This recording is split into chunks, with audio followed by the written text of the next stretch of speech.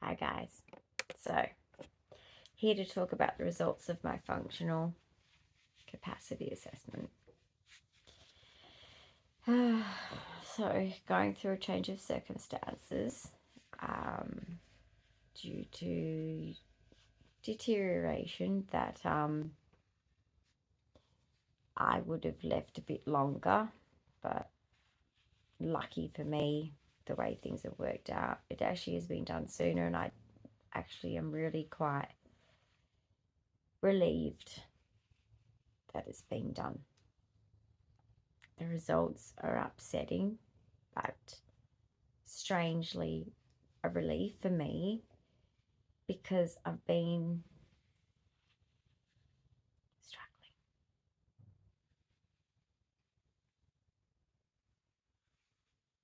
So, okay, number one, in the area of general functioning, right? From executive functioning to just daily living skills. You have a scale. I'm in the last extreme column. Score 16. Still leaves me a little bit. Could still get worse. But what I'm focusing on is it's good. It's just 16. Maybe I can fake it. Anyway, the cat's out of the bag now because I've been tested and they now know and I can't. They're the professionals. So my occupational therapist has done her 72-page report, added it with my nurse practitioner's report with all relevant data on 22q because it's a rare syndrome, and because with the NJS you hand it to imbeciles that are admin, not medical. Stupid. Anyway, they put it in basic terms, terminologies, etc. for people that shouldn't be doing these assessments at that end, the NJS end, right? These people go to university to do what they do. Anyway, the report is worse than I expected, but I'm not at the same time surprised. But in psychology, they always say there's parts of yourself that you'll never understand or see, and that's true. It's just the fact of life. And there's just, I don't even know where to start. I mean, if you look at the health stuff, it's my heart, it's seizures. I need supervision. I need cognition help, so executive functioning, to problems with my alexithymia, my learning disabilities coming back stronger with the regression. I've had, falls risk.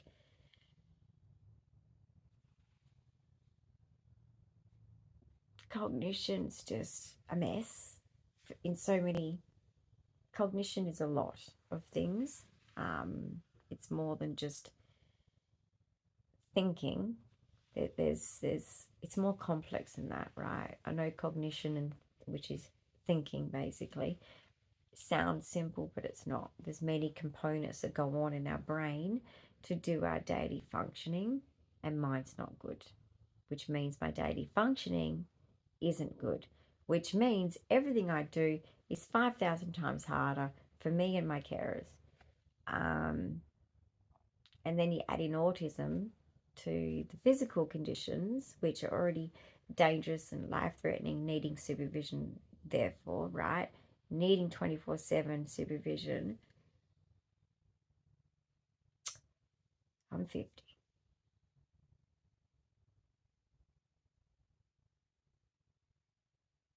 Here's what it is.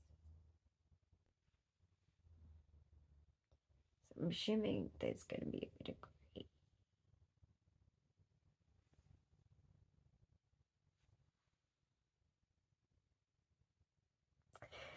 But it's not like these care staff are awful. I mean, they care, right? It's just I'm an autistic and I'm not used to people being around me, and I tended to avoid that a lot in my life because I'm autistic. I've always hung out with my animals, so it's just an adjustment. They're not bad people. They're cool. It's just, I guess, familiarity is one thing. You sort of need to feel that with autism. But yeah, just I'm not surprised, but at the same time I'm surprised. I knew I needed increased care hours. That was a given. I've known that for a while, and we've avoided facing that, going into that, going that direction basically. Trying to keep that independence, both of us, but we're both just exhausted for different reasons. Me for being sick. I've got cardiac factors, seizure factors, Tourette's factors, autism, lack of, being able to be safe. So I have to be also supervised with that. There's everything. It's between psychosocial and physical. So if I'm high care needs, then he's hardly burnt out. Does that make sense? Taking a shower takes me longer. Doing things that I used to do easy isn't easy. The mistakes I make, I laugh them off, but deep down it's like, oh, got that wrong, like yuck. Like, how could I get that easy thing? I'm so stupid, and you go into that way of thinking again, which, if you're a special needs child with 3 learning disabilities and autism, trust me, you call yourself stupid a lot because you get social cues wrong, you make mistakes all the time, you make mistakes with your learning, you don't understand how to learn. Like I said, 3 learning disabilities. I've got dyslexia, dyscalculia, dysgraphia, and I struggle. Doesn't mean I haven't made it. I am actually tertiary university level educated, but it wasn't easy. But it's not undoable. Is that the right word? I don't even know, because, like I said, sometimes I question my thinking because I've lost things. But the report is very well done, and that's important, isn't it, guys? Is when you read a report that you can literally back up the person and say, yeah, they're getting me right. And I don't really want to admit it. I'd like to see if I could fake it a bit longer. But can't. So at least I'm in safe hands where I am now compared to where I was before, and around the people that I'm around caring for me. That's huge. But I'm going to have a bit of grief with the fact that even though at the back of my mind this has been there, I know it to be true. I have been trying to. Even Sir was in denial. I was crying the other night saying to him, but you don't understand. I can't do certain things anymore. And I don't know how to explain why. Why I look at something and go blank. I just don't know what I'm doing. Making mistakes, reversing things. So yeah, I need 24/7 supervision. a higher level of care because of my dangerous medical needs. So instead of in the NGA system, normally it's supports for more sort of social supports and just, I guess, in some cases, supervision supports. But for me, with the high level medical, having a rare syndrome, and so many things that could just happen just like that, I need higher trained staff to be able to spot it, know how to respond to it, and keep me safe. So, yeah. So it's just a bit of grief. But how is it that your mind can split so easily to masking, but knowing in the back of your mind that what I'm saying now that was in the report is exactly what I knew to be true, but was not going to admit to myself, let alone others. I don't even know what you call that. Cognitive dissonance, I guess. Duh.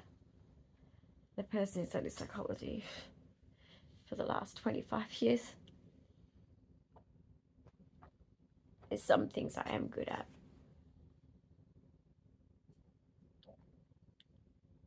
I hope it stays.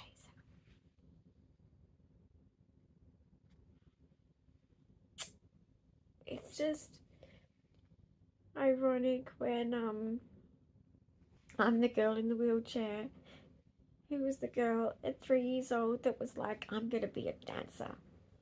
My nana's a qualified dance teacher and she was a dancer. And I'm the one in the wheelchair. Also, I was the kid that had questions that wouldn't stop, who wanted to learn, who went to university against all odds, being told by my family it's wrong, women don't get an education, this is wrong, wrong, wrong, wrong, wrong. I'd all odds and got sick at the end of my degree.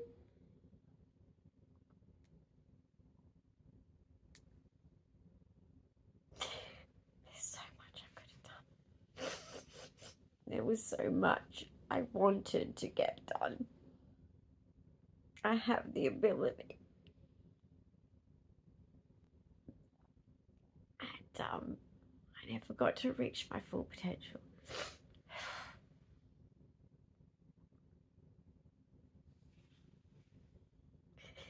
Yet I was the one that wanted it the most compared to my friends from school.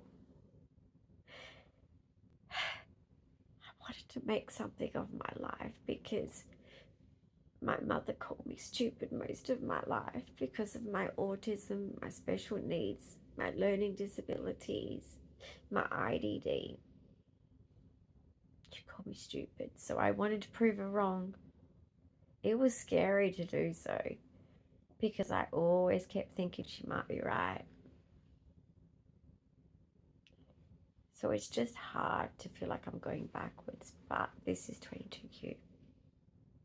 This is 22Q. It sucks.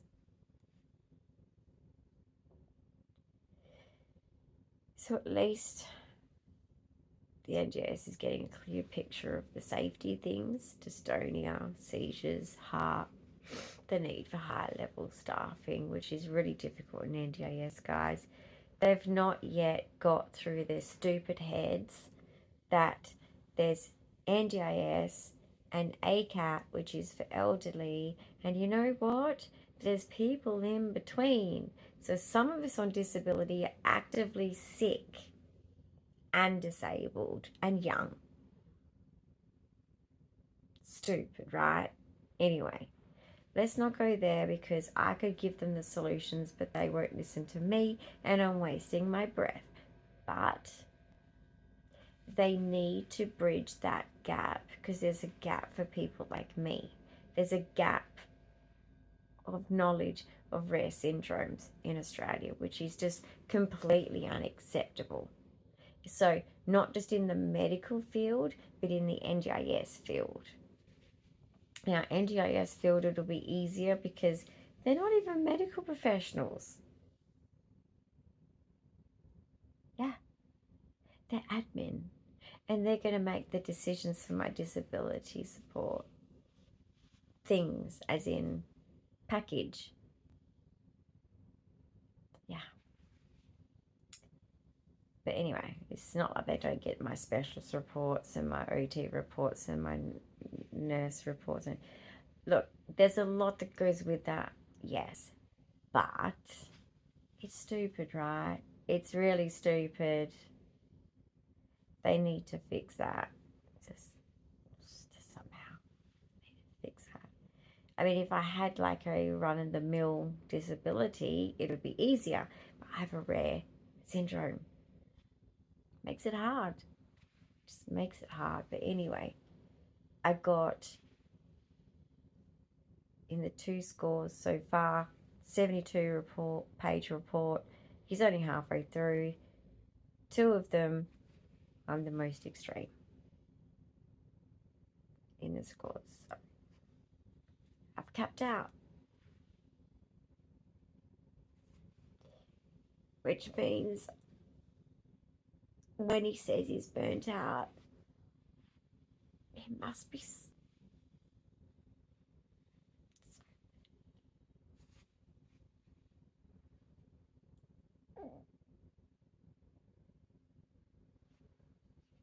We watched a movie of a mother caring for her daughter that became disabled.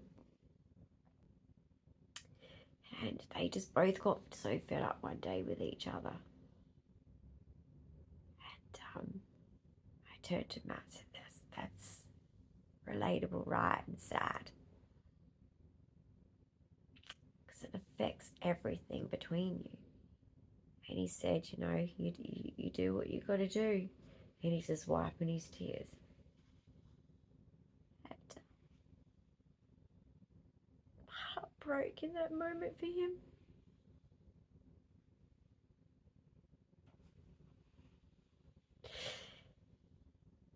It makes me sad that my mum and dad, that my children don't help him. Because I feel like it's my fault. Because if I was more likable, then maybe they'd be helping him.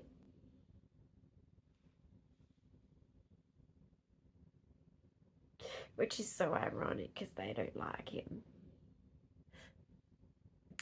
Yeah, that typical scenario. And yet they're the one, he's the one saving their daughter's life. My sons need to realise their dad is a hero for their mum. And step up and help their dad out.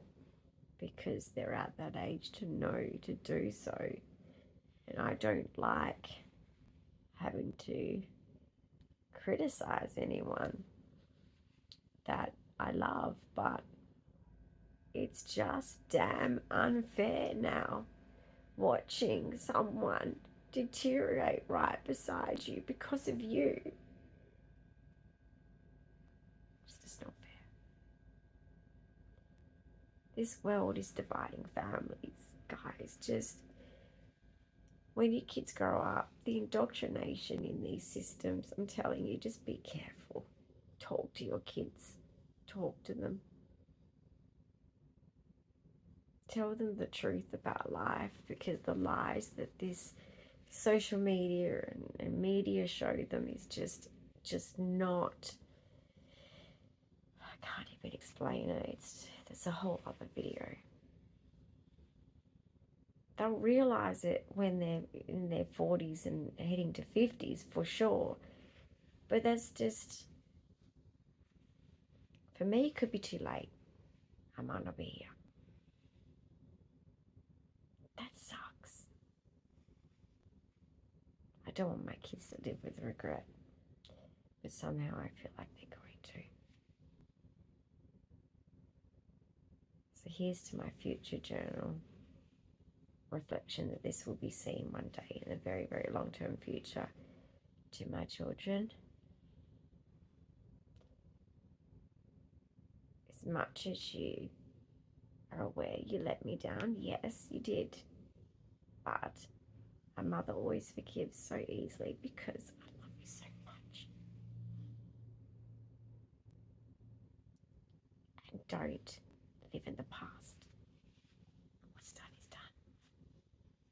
And it was obviously meant for a reason. Whatever's happening, it's always going to be for a reason. And at the end of the day, medical can try and rip me off of saving my life as much as they want. Jesus decides truly when it's my time. I believe that. So, but I really related to that movie. I watched it because she was a dancer and lost her career, and I just thought, I know this is going to be hard, but maybe therapeutic, you know. And it was therapeutic because I was the same as her. She just didn't give up easily. And I look back at, because I was born with this. I'm a fighter. And I've achieved everything that 22 cures don't normally achieve. And I'm really proud of myself.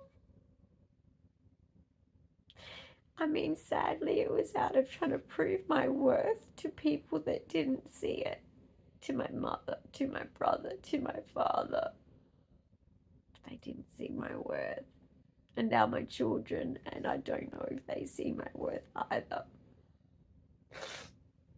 Don't do that. Please, don't do that.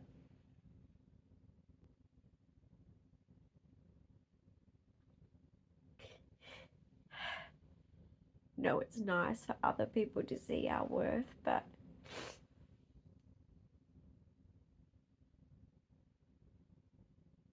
I don't know what's going on at the moment with this anti-family stuff, but it's taking our adult children, and then there's other adult children who are unaliving themselves. Guys, it's not good. Society's not being done right. That makes me angry. Despite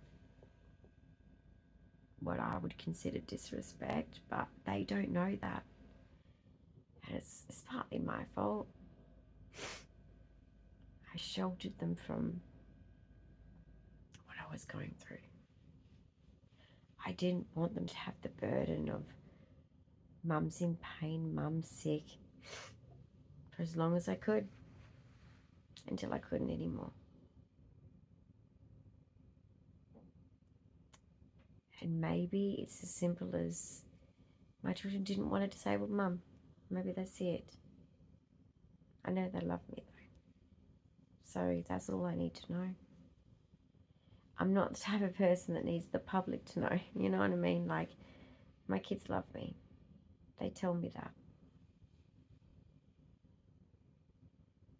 I just miss them. Because I was close with them. And an autistic doesn't really get close with many people in life. So if an autistic is close to you, just know that that's a real honour, because we don't bond well to humans. We are just different like that. For me, it's animals and it's my things, and it's being my own best friend, my own space, my own head space included in that. Sometimes it's hard because I wish I was more of a person that wants to join in with things, but I think there's something that happens to older autistics. I think it gets worse. I think we overcome it as a child and then we regress as an adult, you know? And I feel like I've regressed into pulling away. Not because I hate people, it's just I don't have the energy. I don't have the capacity. I can't even daily live, as my report says, funnily enough. Must be supervised 24/7. I don't know how much more extreme you can get than that. It says extreme. And there's actually 4 extreme categories, I think. and I'm the worst extreme of the four. That did shock me. But at the same time, when you read the scale and you read the, it's like, no, it doesn't surprise me. You know, when you don't see the deterioration. And this is the other thing. Oh, I wish I recorded myself 15 years ago and started then, because I was a completely different person. I was really kicking it. I've really had so much success in my life, and I'm not going to forget it. I'm not going to forget it. I'm not just going to wipe it just because it's not in the here and now. It happened. I did it. I did things that people said you're not going to be able to do. When I look at 22Q information, I did against all those odds. I did it. And that can't be taken away from me just because there's been changes. So sometimes, guys, the strength when you live like me, and one day you will, just from being elderly, the strength you get is the memories. The memories of what you achieved, the memories of going through the process. That's why they say the process is everything, because the process is what you remember. How can you sit there and ponder long enough if there's not a process to think about? Everything you're doing now is going to be a wonderful memory, even if it's just a weird thing. I'd just give anything to be cleaning my kids' football boots again, or just sitting down and having a family meal. And even though we were the type of family that did that every night, it's never enough. And I hope I get to experience it one more time.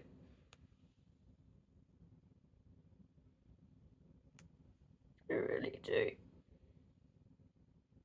Because I love those children more than anyone else. Even Matt knows that. Poor thing. I've said my kids are just...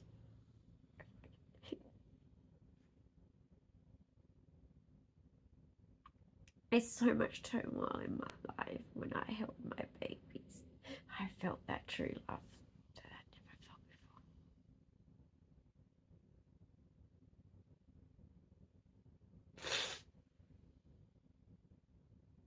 And I grew with them. And I saw them have it better than me. And I'm sure they say it wasn't perfect, which I don't expect them to. But compared to my experience of childhood, completely different. Which is what I felt good about. That's all you can do, is do better than yours. Especially when, and this isn't for dramatic purposes, when you've had a mommy dearest.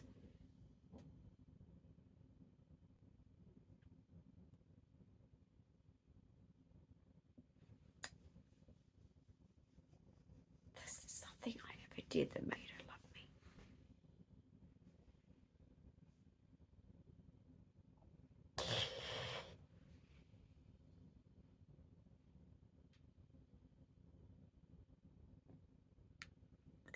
And sadly,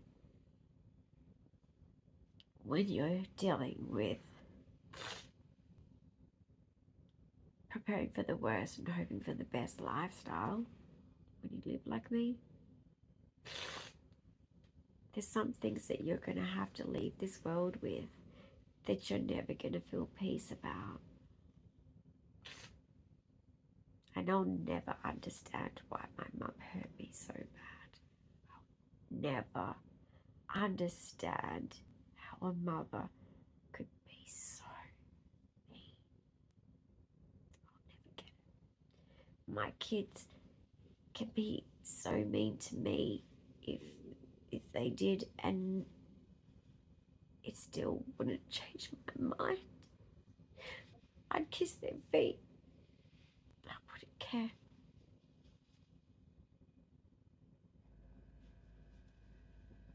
So I don't get it. But the one thing I know growing up, compared to my early years, is I don't care what she thinks of me anymore. But before, yeah, I've cried and begged her to her face to love me. She's refused to my face to say that she loves me.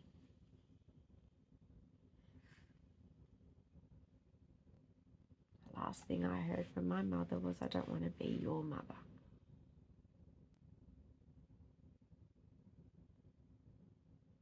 That's not normal.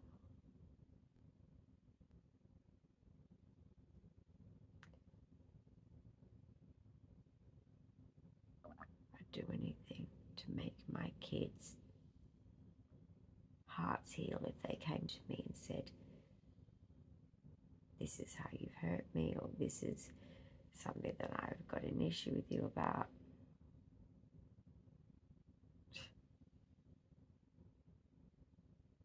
I didn't even really hold my mum accountable, but just, anyway, guilty people just are always paranoid, so you cop it no matter what.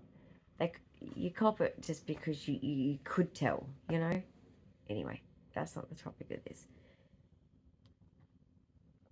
The topic of this is that at 50, for me, that's it. I need supervision. I need help. I'm not surprised, and don't disagree. Doesn't mean that it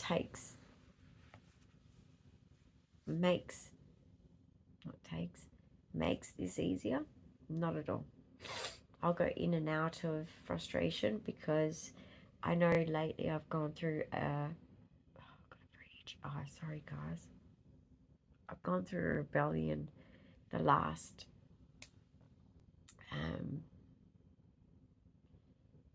think it's part of the grieving process probably, but the last month I've been really irritable and arguing with Sir about it, getting very defensive when he's just trying to help me. Because I got so frustrated one day, I went, nope, that's it. I'm going to go backwards and do better like I was doing better.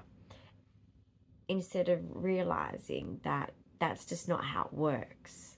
You can't just undo brain damage stuff that's gone on because the system's allowed you to have ridiculous amount of seizures and has not been measuring what it's been doing.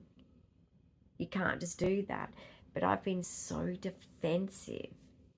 So, you know, I guess like trying to find ways of like blaming Sarah and saying, you know, like, yeah, you're just trying to take away my independence. I just want to be left alone. Just buy me a dog and I'll be fine. You know, like the dog will look after me. Let's get a van and just run away, and you know, all that kind of thing. That's most likely a grieving response, I'm assuming, subconsciously. I'm freaking out sometimes, not all the time, sometimes, about the fact that, oh my goodness, like, is this for real? I mean, twice last week, or 2 to 3 times last week, I forgot where Matt was. Stupid. I'm 50. But anyway, like, the whole list of functioning has gone down. The extreme is correct. She's absolutely correct. 24/7, supervised supports, higher medical, as in like just people trained in like heart attacks, strokes, seizures, falling, I don't know, all of the things. Even an autistic meltdown, you know. People do need to understand what they're like, because mine do involve self-harm of banging my fists on my head out of frustration at myself, or a situation of what I'm not able to navigate or whatever. And I've done that since I was a kid, or used to bang my head against a wall. As a kid was more of my thing, but as an adult it's just straight away. And so we're taking measures now with that, because we now realize what that can do. But I'm ex-gen, and they used to say that that's not going to do any harm. Well, it does. It does. But no one ever got me help as a kid for it. Yeah, no neglect happened at all.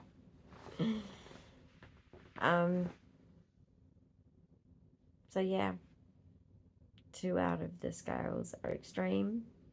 Out of the 4 extremes, it's the last of the extremes, meaning the worst of the extremes.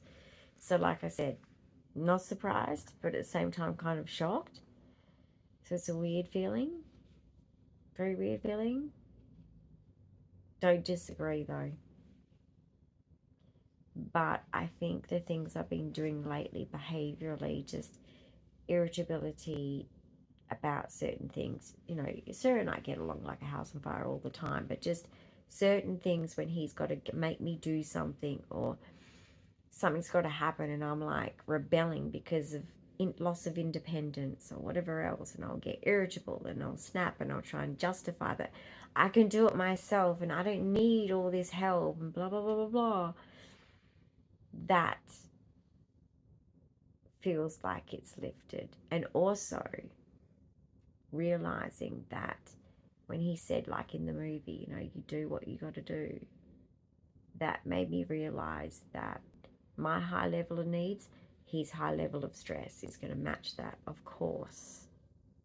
So I need to look after him like he's looking after me, and realize that if I'm high care, he needs to be looked after, because that's just not, it's just not okay for someone to be expected 24/7 to be responsible for another person who's highly medically complex, who also has autism. That is just not acceptable. One person, it is just not acceptable anymore. This man has done it for 34 years. My parents are absolute scum, because with my syndrome, I'm meant to be under their guardianship. This is disgusting. I'm disappointed in my sons. I love my sons, but I'm disappointed they're not supporting us. But this is just what it is. But that man is just can't go on like this. It can't. And I know that.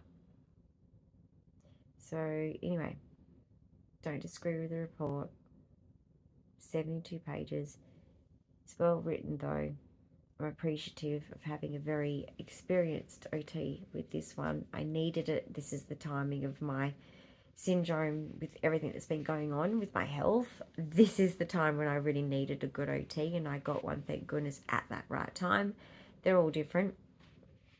I mean, I've had good ones every time, luckily. But and then added that to the nursing report.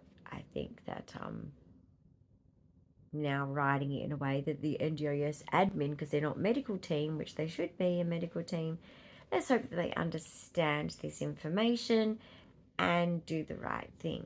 Now, for me, does it really affect me? Not so much. But it affects Sir, and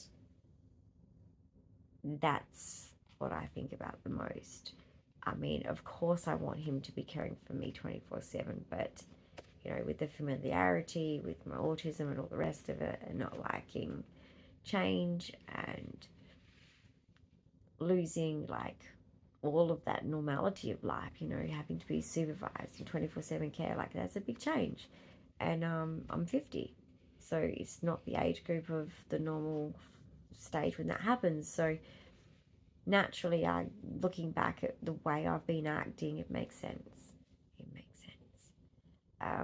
And it's funny because I've worked with dementia patients, and this is exactly not saying that this is dementia, but there is prodromal for me for dementia. But I'm just saying this is what they warn you about. The behaviors that have talked about, the irritability and the snapping and the justification that I can do it myself, and you're all overreacting and you're all getting it wrong and you're all actually just making it worse than what it really is.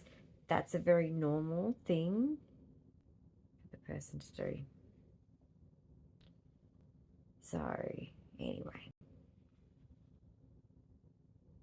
I've been through it at the moment, but this report is strangely soothing, and I'm glad for Sir. Very, very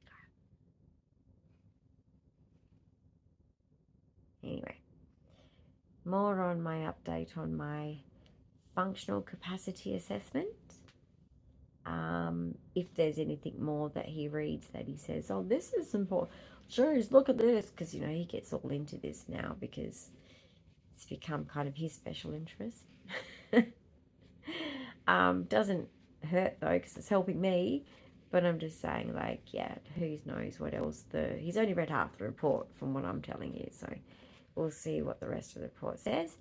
And of course the outcome will tell you, because your needs don't always get met in this system, but you know, you can only try.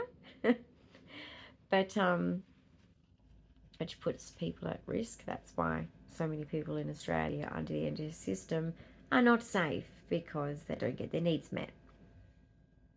Anyway, all of the things that can be updated on that are relevant, I will answer. If you guys are have any basic questions of NDIS ins and outs, feel free to ask. Just I can't do anything lengthy and extensive and back and forth too much, or you know, naturally. And you know, and I'm also not a consultant or a NDIS worker or whatever else, but I can point you in the right direction of who are the people to see, what you're supposed to do, etc. So feel free to ask. Look, functional capacity assessments are done regularly and should be by your OT, so know that. If you haven't had one in a while, get one done. Anyway, that's mine. That's life. And I'll see you in hopefully like a more happy, smiley, fun video. I haven't brought out my science kit in a while, so I might have to put, you know, those science skills back into action. What do you reckon? So anyway, guys, I'll see you in the next video. So bye. Feel free to ask some questions, but like I said, keep it short. Thank you.